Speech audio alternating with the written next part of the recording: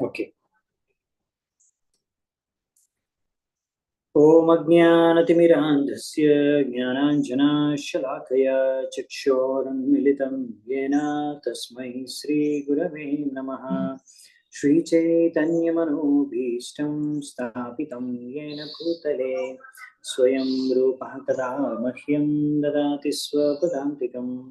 వందేహం శ్రీగురోన్ శ్రీయుతాపదకమలం శ్రీగురున్ వైష్ణవాంశ్చ శ్రీ जातं सहगण रघुनाथान्वितां तं सजीवं साद्वैतं सावधूतं परिजनसहितं कृष्णचैतन्यदेवं श्रीराधा कृष्णपादां सहगण ललिता श्रीविशाखान्वितांश्च नमामो विष्णुपादाय कृष्णप्रेष्ठाय भूतले श्रीमते भक्तिवेदान्त स्वामिनिति नामिने.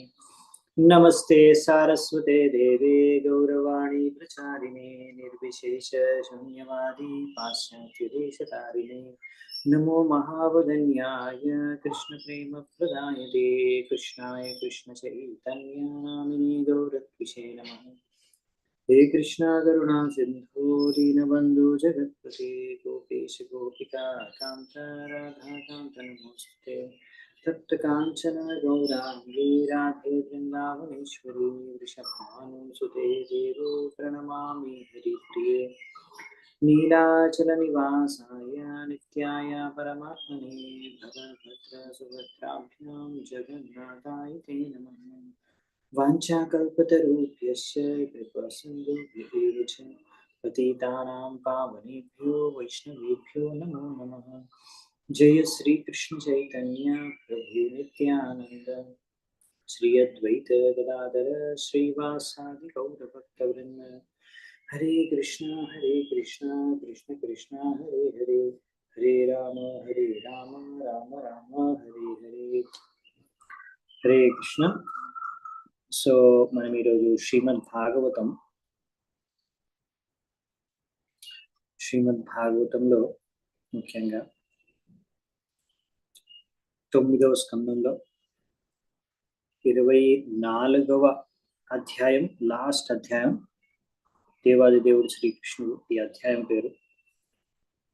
సో ఈ అధ్యాయంలో మనము 56వ శ్లోకం వరకు చర్చించుకున్నాము. ఇప్పుడు 57 నుంచి మనం చర్చించుకుందామంట.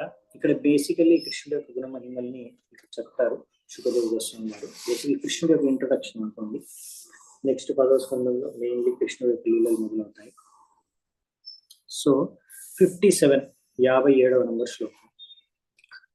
నహ్యస్య జన్మనో హేతుః కర్మణో వా మహీపతే ఆత్మమాయాం వినేశస్య పరస్య ద్రష్టురాత్మనః.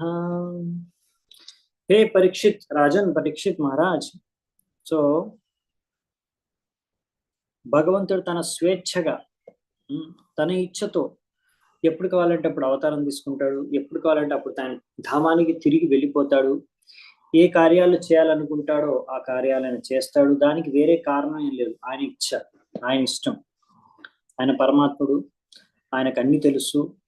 కాబట్టి ఆయనకు ఏ కారణం కానీ ఆయన్ని ఎఫెక్ట్ చేయలేదు. ఏమి కూడా కర్మ ఫలాలు కానీ కర్మ కానీ ఇవన్నీ కూడా ఆయనకు అసలు ఆయన్ని స్పర్శించని కూడా స్పర్శించలేవు. ఎందుకంటే కొంతమంది అలా అనుకుంటారు అనమాట. మనం ఎలా కర్మానుసారంగా అన్ని భోగిస్తూ ఉంటామో కృష్ణుడు కానీ రాముడు కానీ ఎవరైనా సరే, భగవంతుడైనా సరే, ఆ కర్మ లా ఆఫ్ కర్మ అనమాట. కర్మ సిద్ధాంతం ప్రకారం కర్మానుసారంగానే వాళ్ళు కూడా అన్ని ఫలితాలు లభిస్తాయి. వాళ్ళు కూడా కర్మానుసారంగానే జీవించాలి అని అనుకుంటారు అలాంటి కొంతమంది. అది మనము కర్మణా దైవనేత్రైన జంతుర్ దేహోపపత్తయే. సో మనలాంటి జీవాత్మలందరం కర్మానుసారంగా మనం జన్మను తీసుకుంటాము. ఆ కర్మ ప్రకారం ఫలితాలను అనుభవిస్తూ ఉంటాము. కానీ మనకి పుణ్య పాపం కర్మలు ఉంటాయి. కానీ భగవంతుడికి అలాంటివి ఏమి ఉండవు. ఆయన ఇష్టం వచ్చినప్పుడు ఆయన జన్మ అంటే అవతరిస్తారు. ముఖ్యంగా ఆయన వచ్చి అవతరించేది ఉద్దేశం ఏంటంటే పరిత్రాణాయ సాధూనాం వినాశాయ చ దుష్కృతాం ధర్మ సంస్థాపనార్థాయ సంభవామి యుగే యుగే. సో ఆయన ఇష్టంతో ఆయన వస్తాడు. మెయిన్లీ పతిత జీవుల్ని ఉద్ధరించడానికి. అవునా? సో అందుకే ఇలా ధర్మాన్ని ప్రచారం చేస్తాడు. భగవద్గీతలో మనం చూసాము భగవంతుడు ఎలా జ్ఞానాన్ని ప్రసాదించాడు. సో భగవంతుడు తన యొక్క ఇచ్ఛతో అలా అవతరిస్తారు.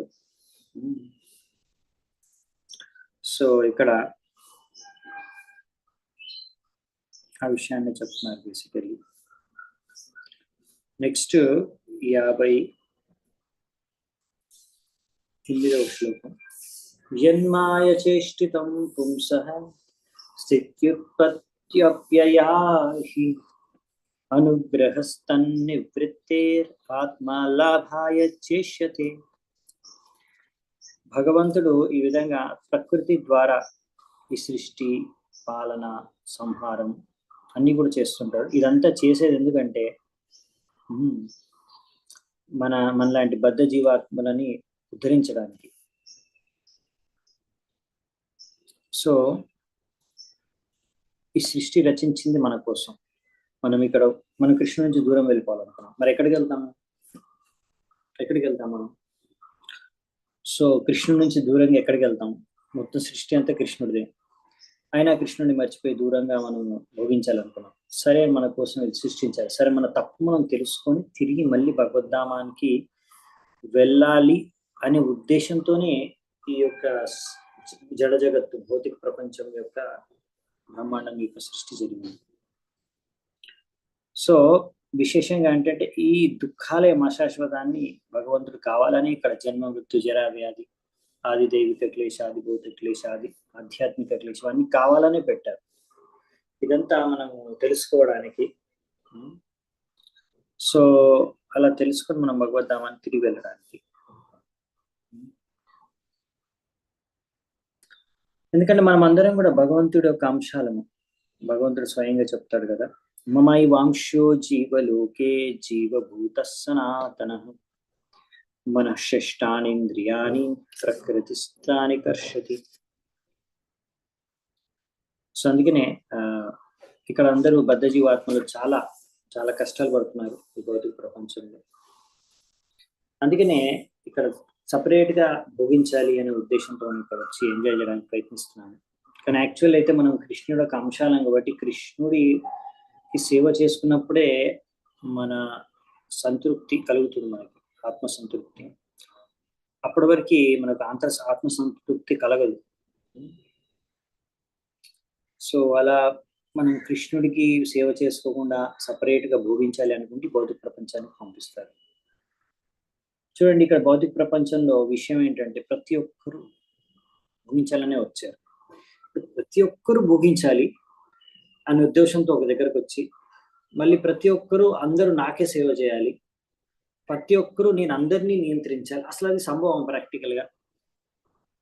మీరే ఆలోచించండి. అసలు అది సంభవమా? అది పాసిబుల్? అందరూ అలాగే కోరుకుంటారు, నన్నే అందరూ పూజించాలి, నేనే అందరినీ నియంత్రించాలి, అందరూ నన్నే ప్రేమించాలి, అందరూ నాకే సేవ చేయాలి, నేనే అందరినీ భోగించాలి, సో అన్నిటినీ భోగించాలి. సో ఈ విధంగా ప్రతి ఒక్కరు ఆలోచిస్తే ప్రాబ్లం లేదు. కానీ ప్రతి ఒక్కరు అలాగే ఆలోచిస్తే ఏం చేస్తారు? సరే, అలా ఆలోచించాలి, అందరిని ఒక దగ్గర పెట్టేస్తారు. అదే ఈ భౌతిక ప్రపంచం అన్నమాట.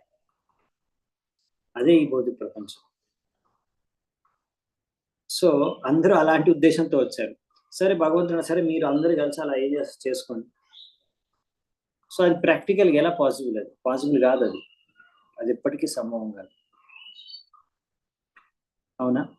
ప్రతి ఒక్కరూ రాజు అవ్వాలనుకుంటారా? నేనే రాజు అవుతాను, అందరినీ శాసిస్తాను, అలా ప్రతి ఒక్కరూ అలా అనుకుంటున్నారు. సో ఎలా సంభవం కాదు కదా. సో అందుకనే విషయం ఏంటంటే ఈ విషయాన్ని ఎప్పుడైతే మనం అర్థం చేసుకుంటామో ఇది ఒక మూర్ఖత్వం, ఇలా ఎప్పటికీ సంభవం కాదు అని, అప్పుడే మళ్ళీ మనం తిరిగి భగవద్ధామానికి వెళ్ళాలని తెలుసుకొని ప్రయత్నిస్తాము. దానికోసం భగవంతుడు ఎదురు చూస్తున్నాడు. అది చెప్పడానికి భగవంతుడు ఇక్కడికి వస్తూ ఉంటాడు. సో ఆ విధంగా అసలైన మన ధర్మం ఏంటంటే కృష్ణుడికి శరణాగతం అవ్వడం, కృష్ణుడికి సేవ చేసుకోవడం. ఇదే మన ధర్మం. దీన్ని మర్చిపోయి ఇప్పుడు ఇక్కడ భోగించాలి అనే ఉద్దేశంతో వచ్చి ఇక్కడ చాలా కష్టాలు అనుభవిస్తున్నాం. సో అందుకే ఇక్కడ చెప్తున్నారు, భగవంతుడికి అన్ని తెలుసు, ఆయనే సృష్టించాడు అన్ని కూడా. తద్వారా మనం తిరిగి మళ్ళీ భగవద్ధామానికి తిరిగి వెళ్ళాలని ఆయన కోరిక. ఎందుకు ఆయన కోరిక అంటే బేసికల్లీ మనం ఇది పాసిబుల్ కాదు ఇలా ఎంజాయ్ చేయడం, అది సంభవమే కాదు. మన ప్రకృతి ఏంటంటే సేవ చేయడం, మన స్వరూపం అది దాసుల్లాగా ఉండడం.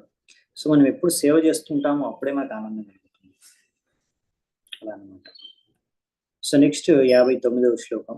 అక్షౌహిణీనాం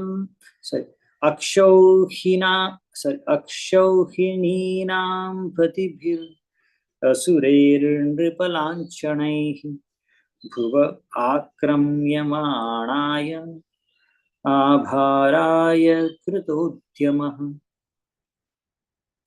సో ఇక్కడ ఏం చెప్తున్నారంటే, ఇప్పుడు చాలా మంది అసురులు ఇలా శాసించాలనుకుంటున్నారు. గవర్నమెంట్ సర్కార్లో వాళ్ళు పదవులు గ్రహించి వాళ్ళు అలా శాసించాలి, భోగించాలి అని కోరుకుంటారు. కానీ వాళ్ళకి కర్తవ్యం ఏంటి? ప్రభుత్వం, అందరూ ప్రభుత్వ అధికారులు అయిపోవాలనుకుంటున్నారు, ప్రభుత్వాన్ని శాసించాలనుకుంటారు. సో కానీ ప్రభుత్వం యొక్క కర్తవ్యం ఏంటి? ప్రభుత్వం నడిపించే వాళ్ళది. సో అందుకనే ఇలా కొంతమంది అసురులు, వాళ్ళ దగ్గర కూడా చాలా శక్తి ఉంది, వాళ్ళు శక్తితో అన్ని సాధించాలనుకుంటున్నారు. ఆ శక్తి కూడా వాళ్ళకే భగవంతుడే ప్రసాదించాడు. అలా నేను భోగిస్తానంటే నేను భోగిస్తాను కొట్టుకుంటూ ఉంటారు ఇద్దరు అసురులందరూ. ఇలా నేను భోగిస్తానంటే నేను భోగిస్తాను అని కొట్టుకునే వాళ్ళని అసురులు అంటారు. సో అలాంటి వాళ్ళు ఎప్పుడైతే పృథ్వీ పైన పెరిగిపోతారో సంఖ్య, అప్పుడు పృథ్వీదేవి కూడా అనుకుంటుంది భారం పెరిగిపోయింది అనేసి. సో ఇలా ఒక్కొక్కసారి వాళ్ళ సంఖ్య పెరిగిపోయిన కూడా వాళ్ళల్లో వాళ్ళు కొట్టుకుంటారు, లేకపోతే భగవంతుడు వచ్చి వాళ్ళని చంపేస్తారు. మళ్ళీ వాళ్ళ యొక్క as the numbers will be diminished.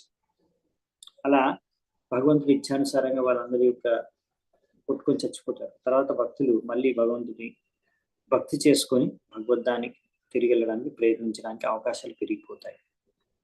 అంటే బేసికల్లీ ఏంటంటే భగవంతుడు వచ్చేది ఏంటంటే, ఇప్పుడు ఈ అసురులు పెరిగిపోతే వాళ్ళు ఏంటంటే భక్తి చేసుకుని, అవునా, ఎందుకంటే వాళ్ళు భోగించాలి కాబట్టి వాళ్ళు అందరినీ ఇలా పీడించి భోగించడానికి ప్రయత్నిస్తుంటారు అసురులు, రాక్షసులు.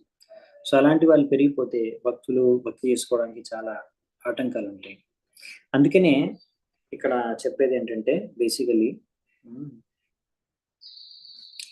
భక్తులేమో ఎప్పుడు భగవద్ధామం తిరిగి వెళ్ళడానికి ప్రయత్నిస్తూ ఉంటారు, భగవంతుడు సేవ చేసుకొని జన్మమృతి చక్రం నుంచి ముక్తి పొందడానికి. కానీ అసురులు ఏంటంటే రకరకాల అడ్డంకులు సృష్టిస్తూ ఉంటారు. సో అలాంటప్పుడు ఇలా జరుగుతూ ఉంటుంది అన్నమాట. అసలైతే ప్రభుత్వం యొక్క కర్తవ్యం ఏంటంటే అందరూ ప్రజలు కూడా కృష్ణ భక్తిలో వచ్చి అందరూ కృష్ణ భక్తి చేసుకునే విధంగా ఆ సమాజాన్ని నిర్మించడం, అది ప్రభుత్వం యొక్క కర్తవ్యం. అందుకని ప్రభుపాద దీనికోసం, సరే కృష్ణుడు దీనికోసం భగవద్గీతలో చాతుర్వర్ణ్యం మయా సృష్టం గుణకర్మ విభాగాన్ని 4 విభాజనలు చేశారు. తద్వారా అందరూ వాళ్ళ వాళ్ళ యొక్క స్వభావానుసారంగా కార్యాలు చేసుకుంటూ భగవంతుడికి సేవ చేసుకుంటూ భక్తిలో ముందుకు వెళ్ళడానికి. రైట్. సో అందుకనే ఇలా అందరికన్నా ముఖ్యమైన వారందరూ సమాజంలో బ్రాహ్మణులు. కృష్ణుడు స్వయంగా బ్రాహ్మణుని పూజిస్తారు. నమో బ్రాహ్మణ్య దేవాయ గో బ్రాహ్మణ్యతాయ చ జగద్హితాయ కృష్ణాయ గోవిందాయ నమో నమః. ఎందుకు బ్రాహ్మణులు అంటే కృష్ణుడు చాలా ఇష్టం? ఎందుకంటే వాళ్ళు ప్రచారం చేస్తారు కనుక. ఆవులంటే ఎందుకు ఇష్టం కృష్ణుడికి? ఎందుకంటే ఆవుల యొక్క పాలు తాగడం వల్ల మన శరీరం సత్వగుణంలో ఉంటుంది కనుక. ఇలా అందుకనే బ్రాహ్మణులు క్షత్రియులకి మార్గదర్శనం చేయాలి, ఎలా శాసించాలి, ఎలా పరిపాలించాలి. అవునా? అలాగే వైశ్యులేమో కృషి చేస్తారు, సరైన ఎంత అవసరమో మనకి అంత పంటలు పండించి అంత ధాన్యాలు పండించడానికి. సో శూద్రులు ఏంటంటే బ్రాహ్మణ క్షత్రియ వైశ్యులకి హెల్ప్ చేస్తారు అన్నమాట, సహాయం చేస్తారు, ఆ విధంగా వాళ్ళకి సేవ చేస్తారు. సో బేసికల్లీ ఏంటంటే ఈ విధంగా ఎవరికి ఏది చేతనైతే ఏది చేయగలిగితే అది చేస్తూ భగవద్ధామానికి తిరిగి వెళ్ళారు. సిస్టమే బేసికల్లీ ఇది 4 వర్ణాల సిస్టమ్ అన్నమాట. సో ఆ విధంగా అందుకనే అర్థం చేసుకోవాలని చెప్తున్నారు ఇక్కడ ప్రభుపాల్ వారు.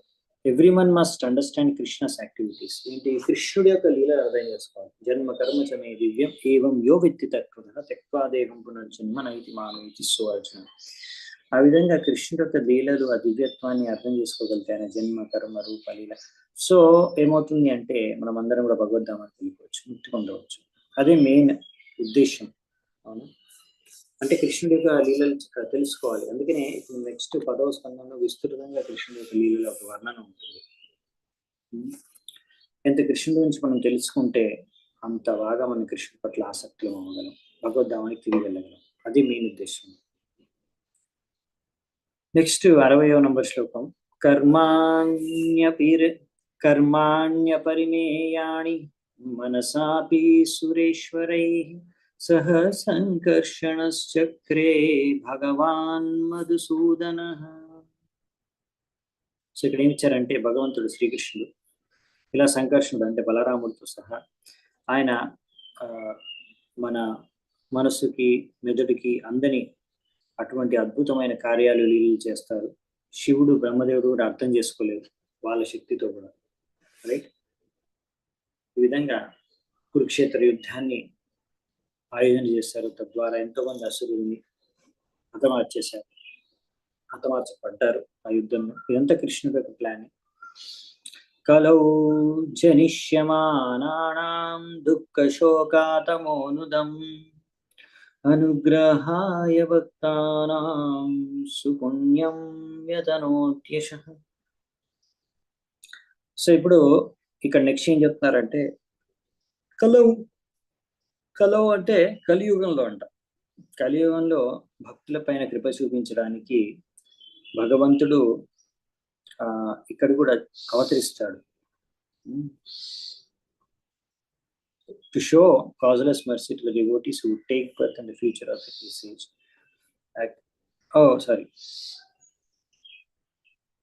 కలియుగంలో పుట్టే వాళ్ళకి కూడా మేలు చేయడానికి కృష్ణుడు అవతరించి ఈ విధంగా ఇన్ని లీలలు చేశారు. ఇప్పుడు మనం ఇన్ని లీలలు చేశారు కాబట్టి మనం భగవంతుడిని తలుచుకోగలుగుతున్నాము, భగవంతుడి గురించి చర్చించుకోగలుగుతాం. ఎందుకంటే ఆల్రెడీ కృష్ణుడు వచ్చి లీలలు చేసి వెళ్ళిపోయాడు. కృష్ణుడే లేకపోతే మనం ఈరోజు కృష్ణుడు లీలలు చేయకపోతే కృష్ణుడి గురించి ఎలా తెలుసుకుంటాం? సో అందుకని అలా కృష్ణుడి లీలలు తెలుసుకొని మనం ఆ కృష్ణుడి లీలల్ని శిక్షణల్ని స్మరించుకొని మనము తరించవచ్చు అనమాట. అది ఇక్కడ చెప్తాను అనమాట. సో ఇలా భగవద్గీత కృష్ణుడు ఇచ్చాడు. సో అలాగే భగవంతుడు లీలలు చేశాడు. సో ఇవన్నీ భగవంతుడు చేసేలేడు. ఎందుకంటే ఇప్పుడు కలియుగంలో మనందరం కూడా దాని యొక్క లాభాన్ని ఆస్వాదించవచ్చు అలా స్మరించుకునే కృష్ణుడిని. రైట్? ఇది మెయిన్ పాయింట్ అన్నమాట. నెక్స్ట్ 62వ శ్లోకం. యస్మిన్ సత్కర్ణ పీయూషే యశస్తీర్థావరే సకృత్ శ్రోత్రాంజలి ఉపస్పృశ్య ధునుతే కర్మవాసనం. సో ఈ విధంగా భగవంతుడి యొక్క గుణమహిమల్ని మనం ఈ చెవుల ద్వారా వింటే సరిపోతుందంట, మనం శుద్ధమైపోతాం. అలా వినడం ద్వారా మన ఇంద్రియాలు శుద్ధమైపోతాయి. దాని ద్వారా ఇంకా కంటిన్యూస్గా వినడం వల్ల మనం శుద్ధమైపోతాం. ఇంకా శుద్ధమైపోవడం అంటే ఏంటి? అన్ని భౌతిక కోరికల నుంచి మనకు ముక్తి పొందుతాం. తద్వారా భౌతిక కార్యాలలో నుంచి కూడా మనకి ముక్తి లభిస్తుంది. కోరిక వెళ్ళిపోతే భౌతిక కోరిక, తర్వాత ఇంకా భౌతిక కార్యం కూడా వెళ్ళిపోతుంది. ఇదన్నమాట ఇక్కడ చెప్పేది. సో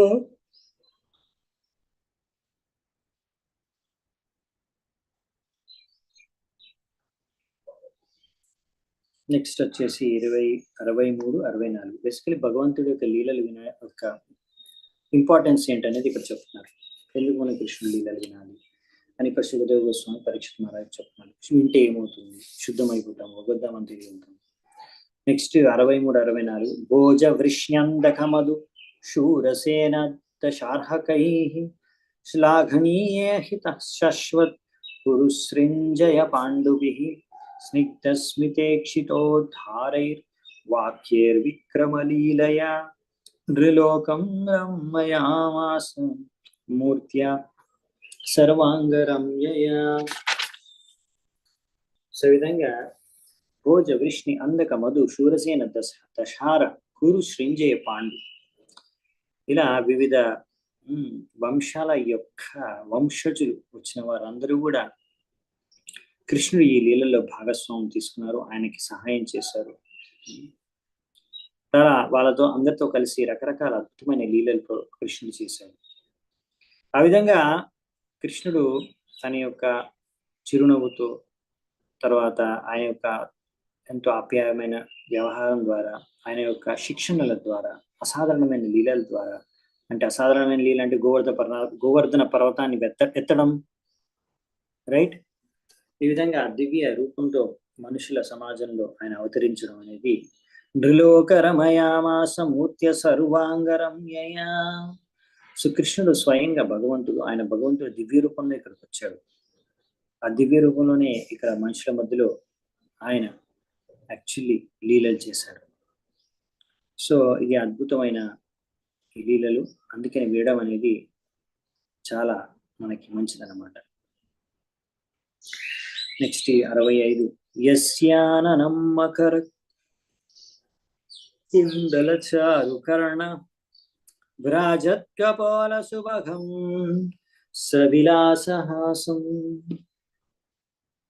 యస్య నిత్యోత్సవం నృపుర్ ఋషిభిః పిబంత్యో నార్యో నరాస్యముదతా కుపితాని మేశ్చ. సో కృష్ణుడి యొక్క ముఖము రకరకాల ఆర్నమెంట్స్ అంటే ఆభూషణాలతో ఆభూషితమై ఉంది. ఎలాగంటే కుండలాలు, ఇయర్ రింగ్స్, అవి షార్క్ షేప్ లో ఉంటాయి. అలాగే ఆయన చెవులు కూడా ఎంతో అందంగా ఉంటాయంట. ఆయన యొక్క ఈ బుగ్గలు కూడా చాలా కాంతివంతంగా ఉంటాయంట. ఆయన యొక్క చిరునవ్వు అందరినీ ఆకర్షిస్తుందంట. అలా ఎవరైనా అలాంటి కృష్ణుడి యొక్క ముఖాన్ని, ఆయన సౌందర్యాన్ని చూస్తే అదొక పండగ అంట.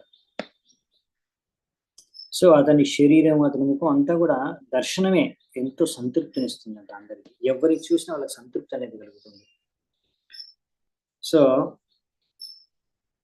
అందుకనే కొంతమంది భక్తులు ఇలా బ్రహ్మదేవుడిని కూడా నిందిస్తున్నారు సృష్టికర్తని. ఎందుకు ఆయన నాకు ఇలాంటి కళ్ళు సృష్టించారు? ఇక్కడ మనం రెప్పకొట్టినప్పుడల్లా ఒక సెకండ్ కన్నా తక్కువ టైం అలా కన్ను రెప్పకొట్టినప్పుడు కన్ను మూసుకుంటుంది, భగవంతుని దర్శించుకోలేము. ఎందుకు ఇలాంటి కన్నులను సృష్టించావు? కంటిన్యూస్ గా భగవంతుని దర్శించుకోలేకుండా మధ్యలో డిస్టర్బెన్స్ ఏంటి? కన్ను మూసుకోవడం, తెరుచుకోవడం ఏంటి? నీకు అసలు సృష్టించడమే రాదు అని కూడా సృష్టికర్త బ్రహ్మని కూడా నిందిస్తారు భక్తులు. అంటే వాళ్ళకి అంతా, అంటే పాయింట్ ఏంటంటే ఇప్పుడు మనం ఏదైనా చూస్తూ బాగా నచ్చింది అనుకోండి, అలా చూస్తూ ఉండిపోవాలనిపిస్తుంది. అది చాలా ఆనందాన్ని సంతృప్తి ఇస్తే అలా చూస్తూ ఉండాలనిపిస్తుంది. ఆ టైంలో ఏది మధ్యలో వచ్చిన డిస్టర్బెన్స్ వస్తే మనం అంటారు, ఆ డిస్టర్బెన్స్ మీద మనకి కోపం వచ్చేస్తుంది కదా.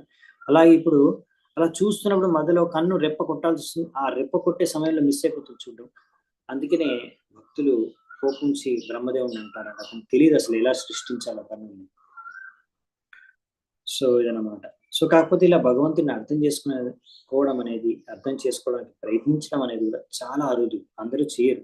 మీరు అనుకోవచ్చారు ఇంత గొప్ప విషయం ఇది అయితే మరి అందరు ఎందుకు చేయట్లేదు? అందరూ చేయరు, అది సంభవం కాదు. ఎంతో భాగ్యవంతులు మాత్రమే వేలల్లో ఒకరు ఇలా భగవంతుడిని తెలుసుకోవడానికి ప్రయత్నిస్తారు.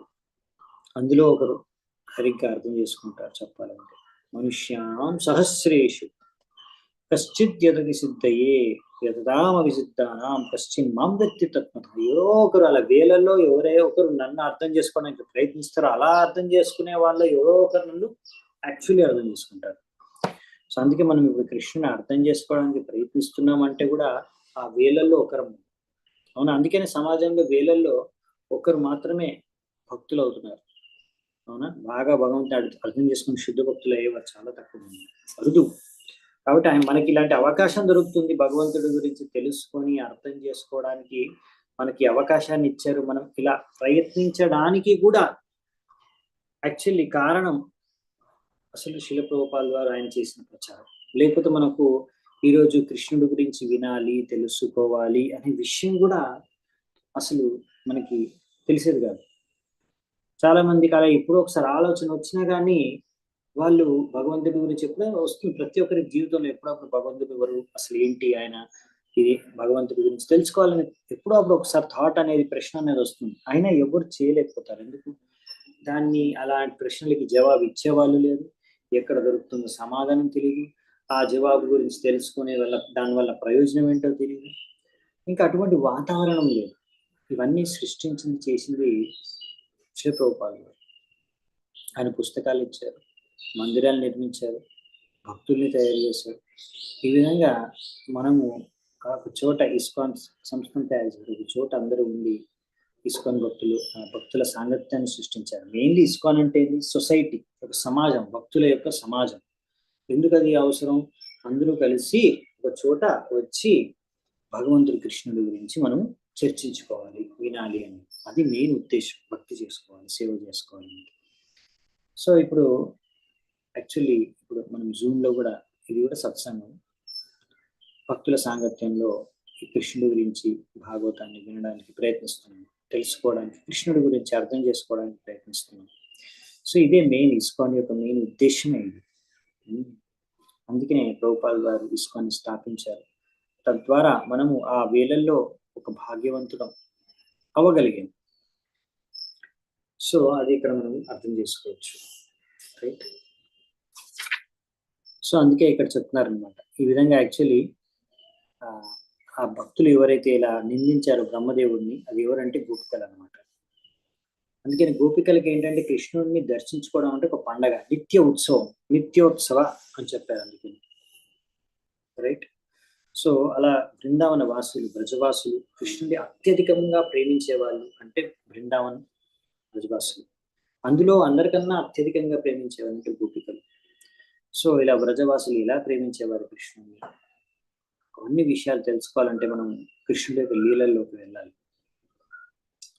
సో అప్పుడే మనం అది విని మనం అర్థం చేసుకోగలం. అసలు అలా కృష్ణుడు ఒక భక్తుల గురించి తెలుసుకొని మనకి ఇంకా బాగా అర్థమవుతుంది కృష్ణుడి గురించి, కృష్ణుడి భక్తిలో ఉండే ఆనందం గురించి. ఓకే. సో నెక్స్ట్ 66వ శ్లోకం. సో బేసికల్లీ కృష్ణుడిని దర్శించుకోవడం, కృష్ణుడి ముఖాన్ని దర్శించుకోవడం అంటే 10వ స్కందం. యాక్చువల్లీ 10వ స్కందం ఏంటంటే కృష్ణుడి ముఖంతో పోలుస్తారు. కృష్ణుడి యొక్క శరీరాన్ని భాగవతంతో పోల్చారు. భాగవతంతో పోలిస్తే కృష్ణుడి యొక్క శరీరాన్ని, అందులో పాదాల నుంచి స్టార్ట్ అవుతుంది. మనం దర్శనం చేసుకోవాల్సింది కృష్ణుడు ఎలాగంటే పాదాల నుంచి.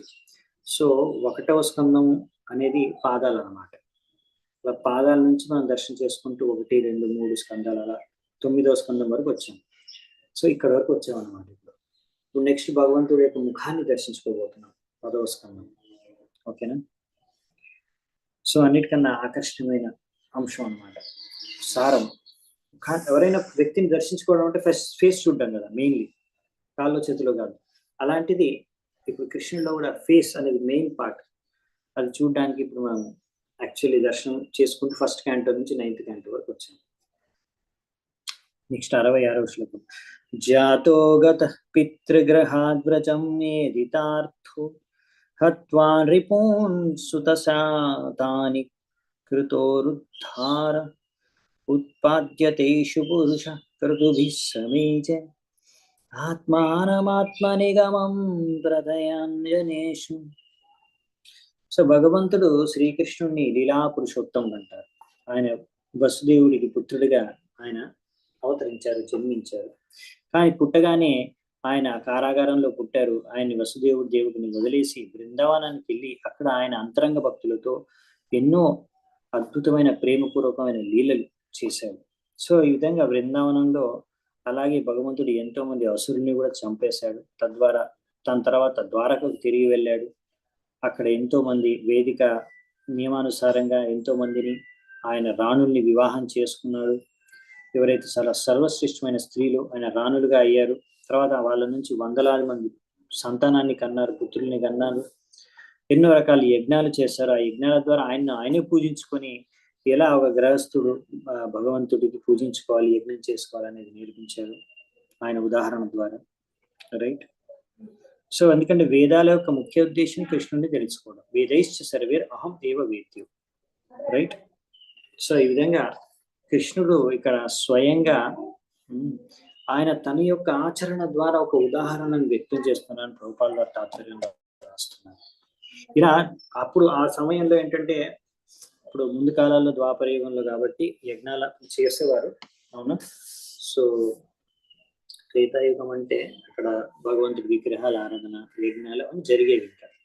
సో అవన్నీ చేశారు. అలా గృహస్థ జీవితంలో ఎలా ఎంతో మంది భార్యలతో ఆయన నివసించారు, ఎంతో మంది సంతానాన్ని కన్నారు. సో ఎలా ఒక వేదిక నియమాలు పాటిస్తూ శాస్త్రానుసారంగా ఒక గృహస్థ జీవితాన్ని గడపాలి, ఎలా యజ్ఞాలు చేసుకుంటూ కృష్ణుడు యొక్క సంతృప్తి కోసం, భగవంతుడి యొక్క సంతృప్తి కోసం చేయాలని ఆయన సంతృప్తి అంటే ఆయనే పూజించుకున్నాడు ఒక విధంగా కృష్ణుడు, రైట్. కాకపోతే ఆయనకి యజ్ఞాలు చేసి పూజించుకోవాల్సిన అవసరం లేదు. కానీ నేను ఎందుకు పూజించుకున్నాను అంటే మనలాంటి ఇక్కడ బద్ధ జీవులందరూ కూడా ఈ యొక్క భౌతిక ప్రపంచంలో ఎవరైతే జీవిస్తున్నారో వాళ్ళు ఎలా భగవంతుడిని ఆరాధించుకొని ఎలా బతకాలి ఇక్కడ నేర్పించడానికి, ఒక మనిషి సమాజంలో ఎలా నివసించి నేర్చుకోవాలి అని, ముఖ్యంగా గృహస్థ జీవితంలో. సో అందుకనే కృష్ణుడి యొక్క ముఖ్య ఉద్దేశం ఏంటంటే ఈ విధంగా రెండు ఉన్నాయి. రియల్ పర్పస్ ఏంటంటే ఇక్కడ అఫ్కోర్స్ భగవంతుడు ఒక గృహస్థుడిగా ఎలా బతకాలి అనేది మొత్తం జీవితాంతం ద్వారకాలో ఎన్నో రోజులు బతికి చూపించారు. కానీ కృష్ణుడు యొక్క అసలైన ఉద్దేశం అభిర్వహించడానికి ఏంటంటే, ఆయన అసలు ఇక్కడ మనం ఎలా నడుచుకోవాలి అనేది ఆయన కృష్ణుడు ద్వారకాలోనే నేర్పించాడు. కానీ కృష్ణుడు అసలు ఎలా ఉంటాడు గోలక బృందావనంలో అనేది ఆయన బృందావనంలో వ్రజవాసులతో పాటు ప్రేమపూర్వకమైన లీలలు చేసి చూపించాడు. అసలు బృందావనంలో ఆనందం ఏంటి అనేది. కాబట్టి అందుకని వసుదేవుడికి పుట్టగానే వెంటనే వసుదేవుడిని వదిలేసి వెళ్ళిపోయాడు. ఎందుకంటే ఇప్పుడు ఈ జగత్తులో ఎలా ఉండాలి మనకు నేర్పించడానికి సరే ద్వారకాలో వెళ్ళి రాజైన తర్వాత నేర్పించాడు. కానీ అసలు మనను ఆకర్షించేది ఇక్కడ నుంచి భగవద్ధామానికి తిరిగి తీసుకెళ్ళడానికి. సో అక్కడికి వెళ్ళిన తర్వాత ఎలా ఉంటుంది అనేది ఇక్కడ బృందావనంలో లీలలు చేసి చూపించాడు. సో అందుకనే అన్నిటికన్నా ఆకర్షణీయమైన భాగం ఏంటంటే కృష్ణుడి లీలలు బృందావనంలో చేసిన లీలలు. ఎందుకంటే బృందావనంలో ఉండే కృష్ణుడు ఆయన అసలైన అలాంటి కృష్ణుడు అలాగే ఉంటాడు గోలక బృందావనంలో, రైట్. సో అందుకనే అది చాలా ఇంపార్టెంట్ అనమాట మనకి. సో ఎలా ఆయన తన తల్లిదండ్రులతో ప్రేమపూర్వకంగా వ్యవహరించారు బృందావనంలో, గోపికలతో, గోపసకులతో, ఇంకా ఆవులతో, బృందావనంలో ఎన్నో లీలలు చేశారు, రైట్. అలాగే అసురుల్ని కూడా చంపారు, అవన్నీ కూడా చేశారు. ముఖ్యంగా తన భక్తులతో కలిసి ఎలా లీలలు చేశారు. సో భగవంతుడు కృష్ణుడు లీలా పురుషోత్తముడు. సో మెయిన్లీ ఆయన అందుకనే లీలా పురుషోత్తముడు ఉన్నారు. ఆయన చేసినటువంటి లీలలు అన్ని లీలలు ఎవరు ఏ అవతారంలో చేయలేదు. యాక్చువల్లీ ఆయన ఈ పూర్ణ పురుషోత్తం భగవంతుడు కాబట్టి అంత శక్తిని కూడా ఇక్కడ భగవంతుడికి ఉండే శక్తిని అంత ఇక్కడ ప్రదర్శించారు. సో నెక్స్ట్ 67వ శ్లోకం, లాస్ట్ శ్లోకం ఈ యొక్క స్కందానికి. పృథ్వ్యాః స వై గురుభరం క్షపయన్ కురుణాం అంతః సముత్తకలినా యుధి భూపచంవః దృష్ట్యా విధూయ విజయే జయముద్విఘోష్య ప్రోచ్యోత్థవాయ చ పరం సమగాత్ స్వధామ. ఇంకా దాని తర్వాత అలా ఎన్నో అద్భుతమైన లీలలు చేసిన తర్వాత శ్రీకృష్ణుడు ఫైనల్ గా ద్వారకాలో కూడా లీలలు అయిపోయిన తర్వాత ఆయన లీలలు ఎలా సమాప్తం చేశారంటే, ఆయనే తన యొక్క కుటుంబ సభ్యుల మధ్య విభేదాలని సృష్టించి, మనస్పర్ధల్ని సృష్టించి, తద్వారా వాళ్ళే ఒకరినొకరు చంపుకొని వాళ్ళు అందరూ కూడా ఈ యొక్క భౌతిక జగత్తు పృథ్వీ నుంచి అంతర్ధానమై వెళ్ళిపోయారు, రైట్.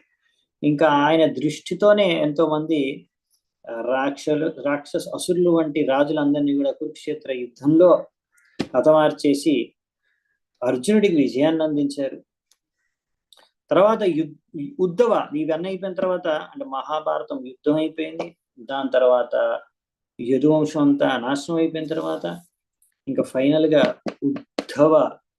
ఉద్ధవ గీత అని ఈ యొక్క భక్తియుక్తమైన జీవితం గురించి, భగవద్ధామానికి ఎలా తిరిగి వెళ్ళాలని అన్ని భక్తి గురించి అన్ని శిక్షణలు బోధనలు ఇచ్చి తర్వాత ఆయన తన యొక్క అసలైన ఒరిజినల్ స్వరూపంలో నిజ స్వరూపంలో అలాగే భగవంతుడు కృష్ణుడు గోలోక బృందావనానికి తిరిగి వెళ్ళిపోయారు. సో ఇది బేసికల్ మొత్తం కృష్ణుడి యొక్క లీల. అఫ్ కోర్స్ ఇక్కడ 2-3 శ్లోకాల్లో మొత్తం సమ్మరైజ్ చేశారు. ఎందుకు కృష్ణుడు వచ్చాడు, ఎవరికి పుట్టాడు, ఏం చేశాడు, తర్వాత ఎలా వెళ్ళిపోయాడు, ఆయన యొక్క దివ్య లీలల గురించి జస్ట్ ఇక్కడ చేశారని చెప్పారు. కానీ దీన్ని డీటెయిల్ గా చదువుకోవాలంటే మనకు నెక్స్ట్ స్కందం ఉంటుంది, 10వ స్కందం అక్కడ స్టార్ట్ అవుతుంది. సో దీంతో యాక్చువల్లీ ఈ యొక్క స్కందం కూడా కంప్లీట్ అయిపోతుంది. 9వ స్కందం మనం సక్సెస్ఫుల్ గా కంప్లీట్ చేసాము. మీ అందరికీ చాలా చాలా ధన్యవాదాలు. ఎంతో ఓపిక ఇప్పటి వరకు ఉన్నారు, వింటున్నారు. సో ఇక్కడ మీరు తెలుగు భాగవతంలో కూడా ఉందని అనుకుంటున్నాను. ఇక్కడ ఇంగ్లీష్ లో అయితే ఉంది, తెలుగులో నేను చూడలేదు. వెనకాల అంటే ఈ చాప్టర్ అయిపోయిన తర్వాత మీరు కొన్ని పేజీ తిరిగి చూస్తే మీకు ఇక్కడ ఎన్నో టేబుల్స్ ఇచ్చారు, చాలా టేబుల్స్ ఇచ్చారు. అందులో ఎవరికి పుట్టారు, ఎవరి వంశంలో ఎవరు వచ్చారు, ఈ వంశంలో ఎన్నో రాజులు విన్నాం కదా, అసలు వాళ్ళ కనెక్షన్స్ ఏంటి అని ఆ టేబుల్ చూస్తే మీకు బాగా అర్థం అవుతుంది. ముఖ్యంగా కృష్ణుడు, పాండవులు వీళ్ళందరూ ఏ వంశంలో ఎలా వచ్చారో, వాళ్ళకి ఉన్న సంబంధం ఏంటి వంశ పారంపరంగా, అవన్నీ కూడా మనం చాలా క్లియర్ గా టేబుల్ చార్ట్ ఉంది. చార్ట్ని చూస్తే ఫ్లో చార్ట్ ఉంది అనమాట. ఫ్లో చార్ట్ ని చూస్తే మీకు అర్థం అవుతుంది. మీకు కావాలంటే నేను చూపిస్తాను, నేను ఫోటో తీసి పెట్టాను, స్క్రీన్ షేర్ చేస్తున్నాను మీకు, సో దట్ మీకు ఈజీగా అర్థం అవుతుందని.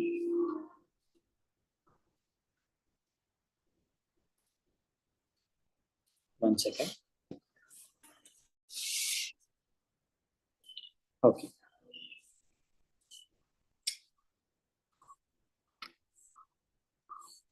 మీరు ఇక్కడ చూస్తున్నారా?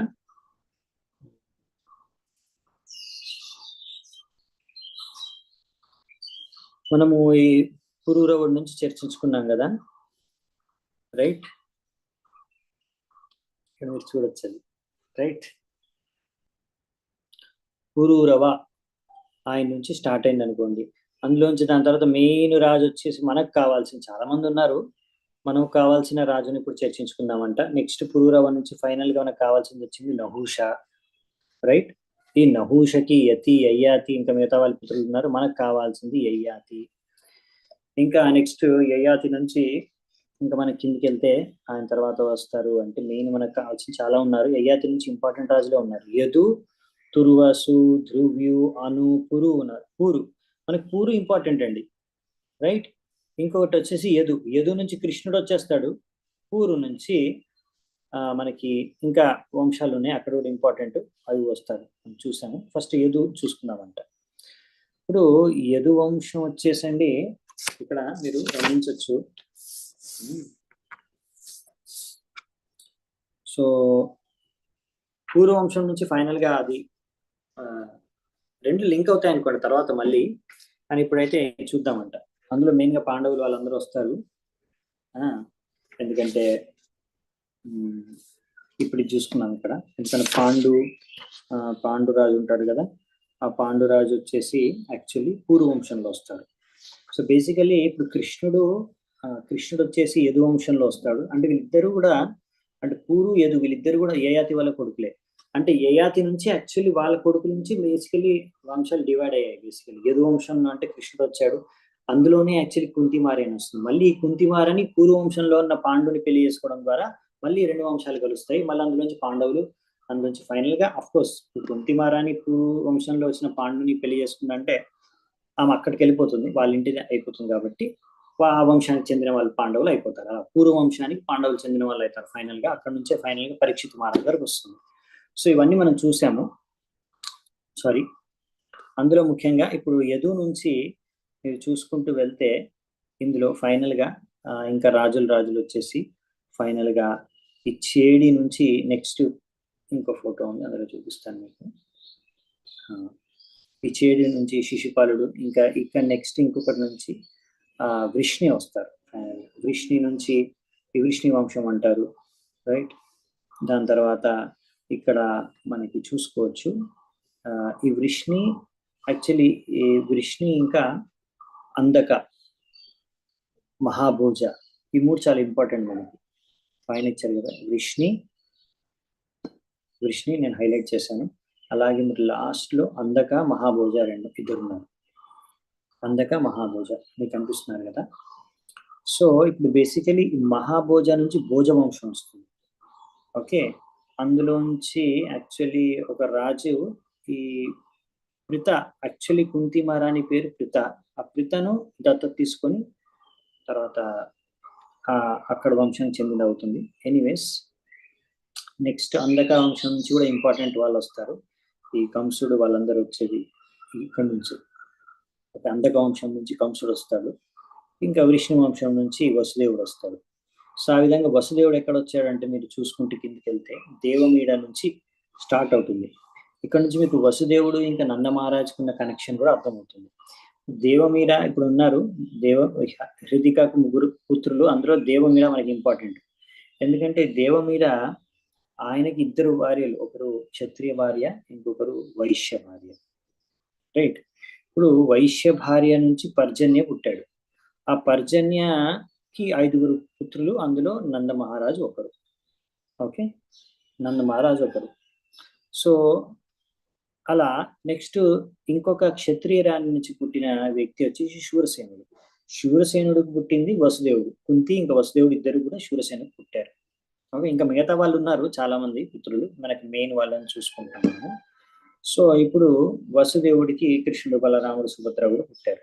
రైట్, ఇప్పుడు అంటే అందుకనే వసుదేవుడు ఇంకా నంద మహారాజు వాళ్ళ రిలేషన్షిప్ ఏంటంటే, వసుదేవుడు ఇంకా నంద మహారాజు ఇద్దరి యొక్క తాతయ్య ఒకరే అనమాట. దేవమీడ వాళ్ళ ఇద్దరు తండ్రులు వేరైనా వాళ్ళ తాతయ్య, తండ్రి యొక్క తండ్రి అయిన తాతయ్య మాత్రం సేమ్. ఆ విధంగా వాళ్ళిద్దరు ఒక విధంగా చెప్పాలంటే అన్నదమ్ములు అవుతారు. ఓకే, వరుసకి. నెక్స్ట్ వచ్చేసి ఇక్కడ కంసుడిని చూద్దామంటే, ఇప్పుడు అందక వంశంకి వచ్చేసి, అందక వంశం స్టార్టింగ్ పైన చూస్తున్నారు కదా, అందక అని రాసింది. సో అందక వంశంలో ఇప్పుడు మీకు ఫైనల్ గా పునర్వసు అనే రాజు వచ్చి, ఆ పునర్వసు రాజుకి అహుక అనే ఒక పుత్రుడు, ఆయనకి 2 పుత్రులు, దేవక, ఉగ్రసేన. దేవకకేమో దేవకి పుట్టింది, ఉగ్రసేనకేమో కంసుడు పుట్టారు. మనకి ఇది మెయిన్ ఇంపార్టెంట్, మిగతా వాళ్ళంత ఇంపార్టెంట్ కాదు. ఇప్పుడు ఎక్కువ పేర్లు గుర్తుండవు మనకి, ఎలాగో చాలా కష్టం. సో అందుకనే ఇంపార్టెంట్ పర్సనాలిటీస్ అయితే మనం గుర్తుంచుకోవాలి.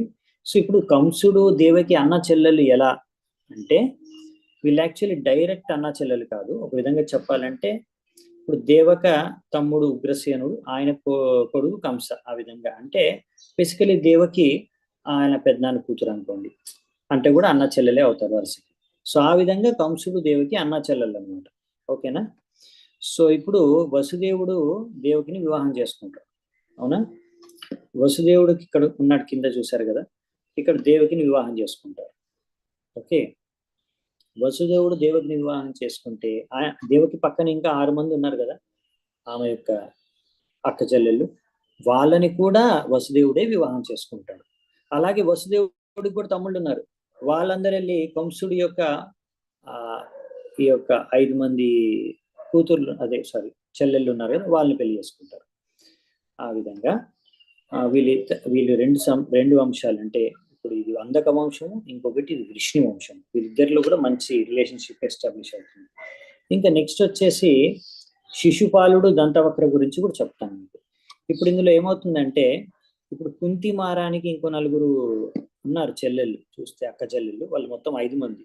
ఓకే, కుంతి మహారాణి పాండుని వివాహం చేసుకొని ఆమె పాండవులు, దానికన్నా ముందు కర్ణుడు పుట్టాడు, ఫైన్.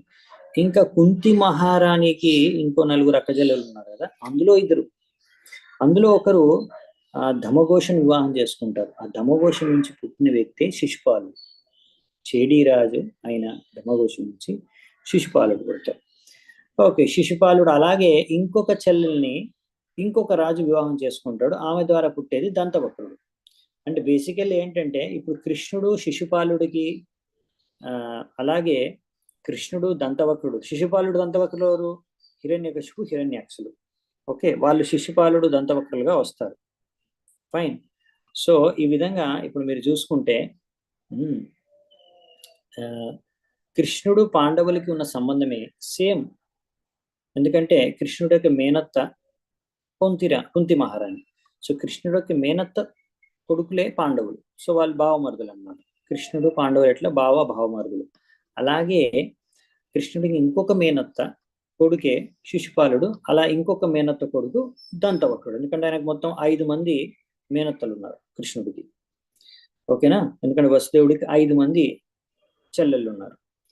సో ఆ విధంగా కృష్ణుడు శిశుపాలుడు బావబావమరుదు అవుతారు. కృష్ణుడు దంతవక్ర కూడా బావబావమరుదు అవుతారు. దంతవక్రుడు ఇక్కడ లేదు, ఇంకో దగ్గర ఉంది. సో బేసికలీ ఇది విషయం అనమాట. సో జస్ట్ ఫర్ ఒక, ఎందుకంటే చాలా రాజుల పేర్లు చదివాం కదా, అసలు ఎవరు ఏంటనేది ఇక్కడ చర్చించుకోవాలని చెప్తాను. Okay, thank you. సో మనకి ఇక్కడ బేసికలీ దీంతో ఈ యొక్క అధ్యాయం స్కందం ముగుస్తుంది. కాకపోతే నేను అనుకునేది ఏంటంటే, మనం ఈ స్కందాన్ని అయితే కంప్లీట్ చేసాం, కానీ ఇప్పుడు 10th క్యాంటోకి వెళ్ళే కన్నా ముందు మనం ఒకసారి 1 నుంచి 9 క్యాంటోస్ వరకు ఏమేం జరిగింది అనేది ఒకసారి మనం రివిజన్ చేసుకుంటే మనం మళ్ళీ తర్వాత 10th క్యాంటోకి వెళ్తే బాగుంటుంది అనిపించింది. జస్ట్ ఫాస్ట్గా రివిజన్ చేసుకోవడం అంటే వీలైనంత మటుకు జస్ట్ ఓవర్ వ్యూ, అసలు ఏమేమి జరిగాయి ఇప్పటివరకు, ఏమేమి చూసాం, ఏమి చదువుకున్నాం, ఏమి నేర్చుకున్నాం తెలుసుకొని చర్చించుకొని తర్వాత 10th క్యాంటో ప్రవేశిస్తే బాగుంటుందని నాకు అనిపించింది. మరి మీకు ఎలా ఉంటుందో మీరు చెప్పండి. ఓకే, సో నేను లైవ్ క్లాస్ ఇప్పుడు ఆపేస్తాను, కానీ మీరేమైనా చెప్పదలుచుకుంటే ఈ విషయాన్ని బట్టి చెప్తే మనం దాన్ని బట్టి ముందుకు వెళ్దామంట. ఓకే, క్లాస్ ఇక్కడికి అయిపోతుంది.